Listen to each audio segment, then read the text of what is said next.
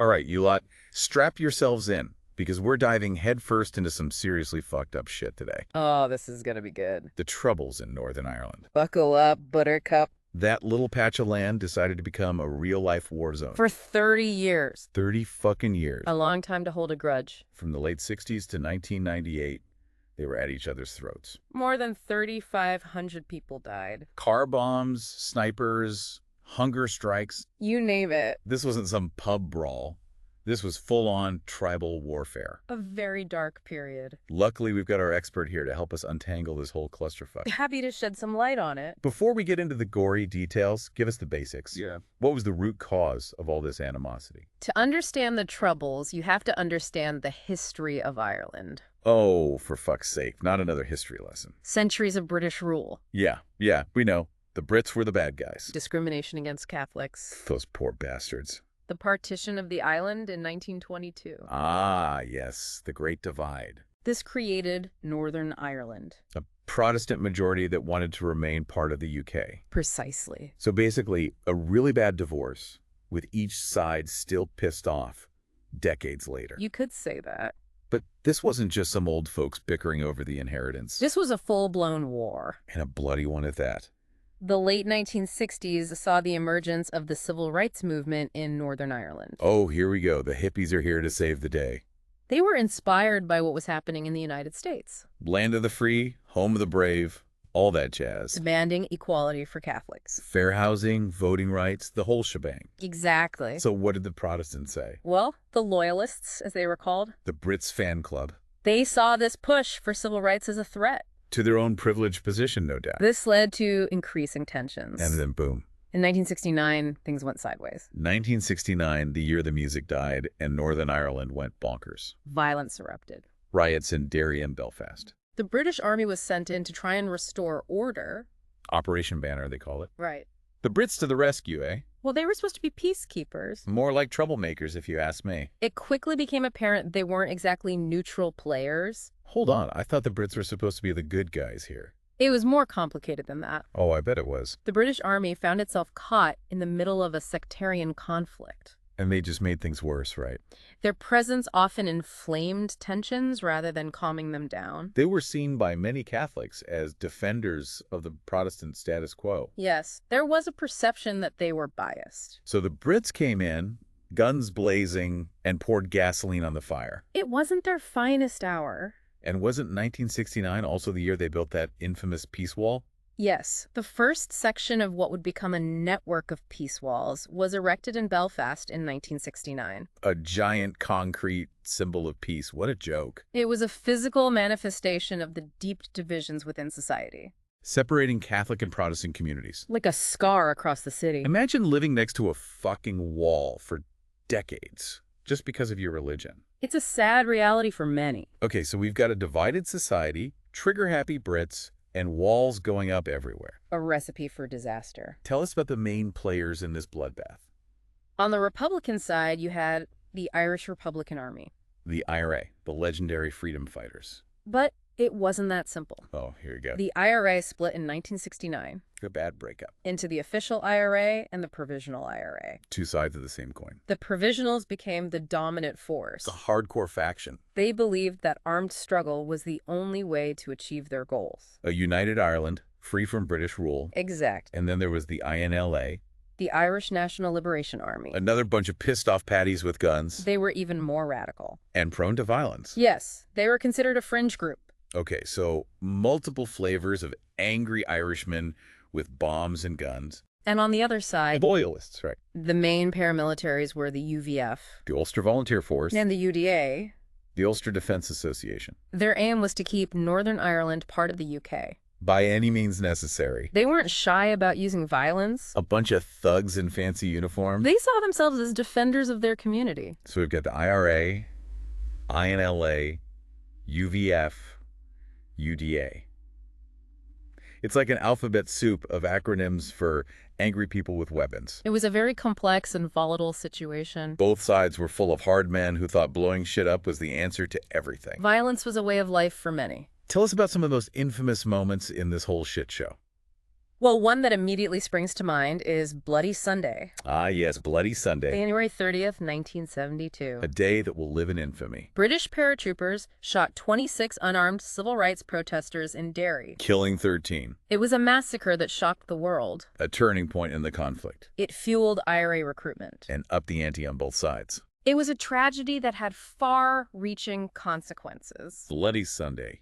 Jesus Christ, talk about bad PR for the British Army. It was a public relations disaster. They came in as peacekeepers and ended up shooting unarmed civilians. It severely damaged their reputation. So what else happened that made the news? Well, the hunger strikes of 1981 certainly captured the world's attention. The hunger strikes? Those are some hardcore shit. IRA prisoners in the Maze prison went on hunger strike, Demanding to be recognized as political prisoners. They wanted special category status. They were literally starving themselves to death. It was a desperate and tragic protest. And didn't one of those guys, Bobby Sands, actually get elected to Parliament while he was wasting away in prison? He did. Bobby Sands became a global icon. A symbol of Irish resistance. His death, after 66 days without food, Triggered riots across Northern Ireland. and brought international condemnation upon the British government. Talk about dying for your cause. It was a pivotal moment in the conflict. Okay, so we've got shootings, bombings, hunger strikes. It was a brutal and bloody conflict. It's like a greatest hits compilation of fucked up shit. There were many dark chapters. But I've heard some whispers about the British government playing both sides in this conflict. There were instances of collusion between British security forces and loyalist paramilitaries. Wait, you're telling me the British government was secretly in bed with the very people they were supposed to be fighting against? It's a complex issue, but there is evidence to suggest that some level of collusion took place. That's some seriously shady shit. It's a controversial topic that is still being investigated today. Give us an example of this collusion. One of the most notorious examples is the Glenanne Gang, The Glenanne Gang, who were they? a shadowy group of loyalist militants British soldiers and RUC officers. operating in the 1970s. So the British government was arming and supporting loyalist death squads. There is evidence to suggest that some members of the security forces were involved in the gang's activities. That's fucking outrageous. It's a dark chapter in the history of the conflict. And one that remains controversial to this day. The Glenanne Gang was responsible for over 120 murders. Most of them innocent civilians. It was a reign of terror. Fucking hell. So we've got British troops shooting unarmed civilians, colluding with death squads, and people disappearing left and right. It was a very dangerous time. With all this going on, it's hard to imagine how anyone even thought about making peace. The path to peace was long and arduous. Full of failed attempts and broken promises. It was a difficult and complex process. We'll have to hear about that next time. I look forward to it. It's a real trip down memory lane. And not the fun kind. Let's leave it there for now, and we'll delve deeper into the attempts to bring peace to this war-torn land in the next part. Sounds like a plan. Until then, stay tuned, folks. So we've covered the blood and guts, the bombs and bullets, and the general clusterfuckery that was the Troubles. But even the most hardcore psychopaths get tired of killing each other eventually, right? So how the hell did this whole peace process thing actually get started? Was it some divine intervention, a collective epiphany, or did everyone just run out of ammo? Well, it was a combination of factors, really. Okay. By the early 1990s, there was a growing sense of fatigue Fatigue. on all sides. Makes sense. I mean, you can only take so much bloodshed before you just want to fucking chill, right, Nate? The violence had dragged on for decades. Decades. People were weary of the constant fear and bloodshed. Yeah, I bet. The international community was also putting pressure on the various parties. Ah, yes. The international community always ready to swoop in and tell everyone else how to run their shit. But in this case, it sounds like their nagging actually helped. So tell us, who are the key players in this peace game? Was it just a bunch of politicians sitting in a room smoking cigars and making backroom deals? There were a lot of people involved, but two of the most prominent figures were Gerry Adams, Gerry Adams. the leader of Sinn Féin, It's fame. the political wing of the IRA, Ah, right. and John Hume, John Hume. the leader of the Social Democratic and Labour Party. SDLP. Okay. A moderate nationalist party. They engaged in secret talks, Secret talks. trying to find common ground. Common ground between the IRA and EB. A way to end the violence. Hold on. You're telling me the leader of the fucking IRA was involved in peace talks? That's like asking a rabid dog to negotiate a truce with the postman. How did those talks even happen without someone getting blown up? It was a delicate and dangerous process. I bet it was. But both Adams and Hume recognized that the armed struggle was leading nowhere. They were willing to take risks for peace. How'd with them? Their efforts eventually paved the way for more formal negotiations. So let's talk about those ceasefires in the mid-90s. Were they just a temporary break in the bloodshed, or was there something more substantial going on? The ceasefires were a crucial step Crucial. in the peace process. Okay. In 1994, the IRA declared a ceasefire, A ceasefire, like they actually put down their guns. followed by loyalist paramilitaries. The loyalists, too, well, I'll be damned. This allowed for open dialogue and negotiations. Without the constant threat of violence. Exactly. So everyone agreed to put down their guns, at least for a bit. Uh-huh. But I bet it wasn't all sunshine and rainbows, right? Yeah. There must have been some serious tension and mistrust in the air. Absolutely. The ceasefires were fragile, and there were several breaches. on both sides. So people were still shooting at each other. There were incidents, yes. Off 8 years. The situation remained tense. Tense. I bet it was fucking terrifying. But the fact that they were able to maintain a ceasefire, For an extended period of time? it created a window of opportunity A window of opportunity. for a political settlement. Okay, so we've got exhausted fighters, international pressure, secret talks, and a shaky ceasefire. Sounds like all the ingredients for a peace pie. But was there a chef who could actually bake this motherfucker? The chef in this case was a multinational effort, A multinational effort. involving the British and Irish government, The Brits and the Irish working together. Now I've seen everything as well as politicians from both sides. from both sides of the divide. In Northern Ireland. So a real team effort. This led to the Good Friday Agreement The Good Friday Agreement. in 1998 A landmark agreement. that aimed to bring an end to the conflict. The Good Friday Agreement sounds like a fucking miracle, given the history of this whole mess. Yeah. But what the hell was so good about it? Did it magically solve all the problems or just paper over the cracks? The Good Friday Agreement was a complex document. Complex. It addressed key issues: Like, power sharing, decommissioning of weapons, and the rights of both communities. so they tried to cover all the bases. It established a new power sharing government A power-sharing government. for Northern Ireland. So both unionists and nationalists Don't have a say. in how the region was run. Yes. So no more one-sided bullshit.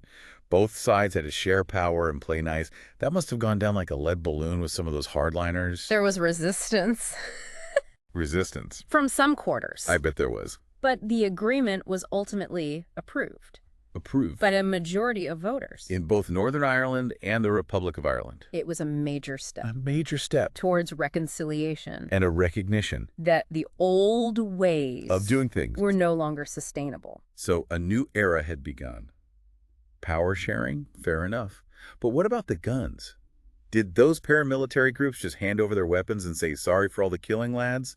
Let's go for a pint. The decommissioning of weapons was a major sticking point A sticking point. in the negotiations. I bet it was. And it took several years Years. for it to be fully implemented. So they dragged their feet a bit Independent commissions were set up. to oversee the process. And while there were some delays Delays. and disputes, Of course there were. most paramilitary groups eventually disarmed. So the guns were mostly silenced.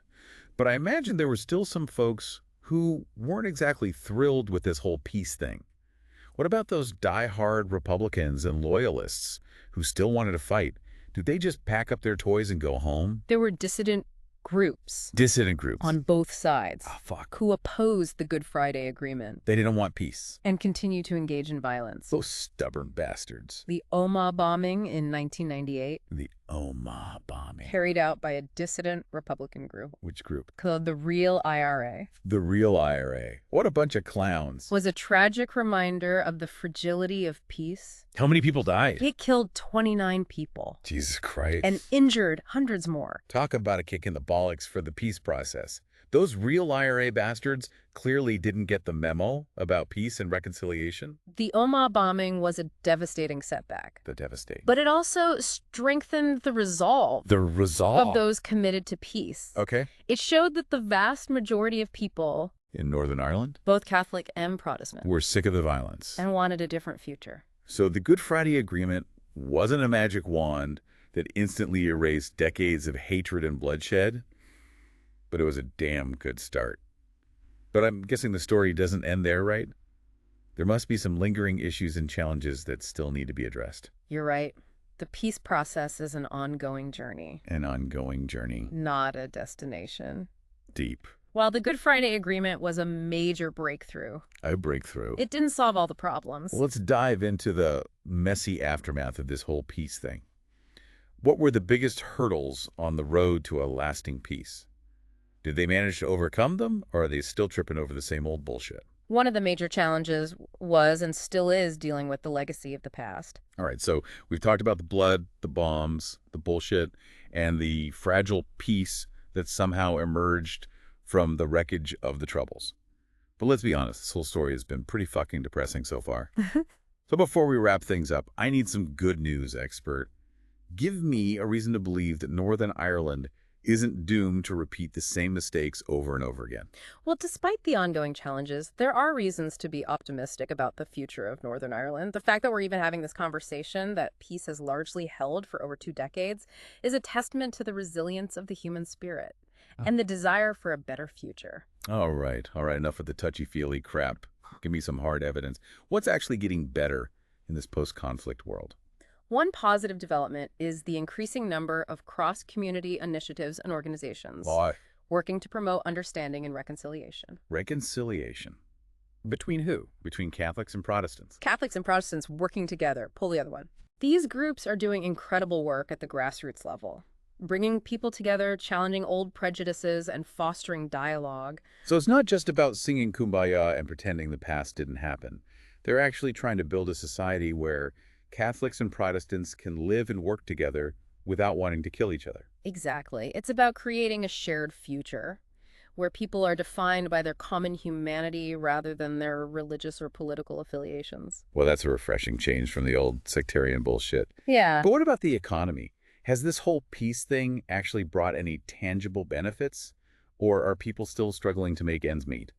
The economy has definitely benefited Benefited? from the stability brought about by the peace process. Northern Ireland has attracted significant foreign investment in recent years, Oh, really? particularly in sectors like technology and tourism. The unemployment rate has also declined, and there's a growing sense of optimism about the region's economic prospects. So more jobs, more investment, less poverty? That's a Yeah. good start. But let's be honest, money can't buy happiness, especially when you're dealing with the trauma of a decades-long conflict. What about the mental and emotional scars? Are those wounds starting to heal? That's a complex issue, and there's no easy answer. There's still a lot of pain and resentment, and it will take time for those wounds to fully heal. But there are organizations and individuals working tirelessly to provide support and counseling to those who are struggling to cope with the legacy of the past. So it's a work in progress. Yeah. But at least they're acknowledging the problem and trying to do something about it. Huh. But what about the future, expert? Is Northern Ireland destined to remain trapped in this post-conflict limbo forever? Or is there a chance that it can truly move on and become a normal functioning society? I believe there's a real chance for a brighter future. The Good Friday Agreement created the framework for a peaceful and prosperous Northern Ireland. But it's up to the people to make it a reality. It requires ongoing dialogue, compromise, and a willingness to let go of the past. Easier said than done, mate. But I suppose there's no harm in hoping for the best. And on that note, I think it's time to wrap up this deep dive into the Troubles. It's been a wild ride full of violence, tragedy, and the occasional glimmer of hope. Thanks for joining us, expert. It's been a pleasure picking your brain. It's been a pleasure sharing my insights. And to you lot out there listening, thanks for tuning in to this deep dive into the Troubles. It's a story that's still being written. So stay informed, stay engaged, and most importantly, stay the fuck out of trouble.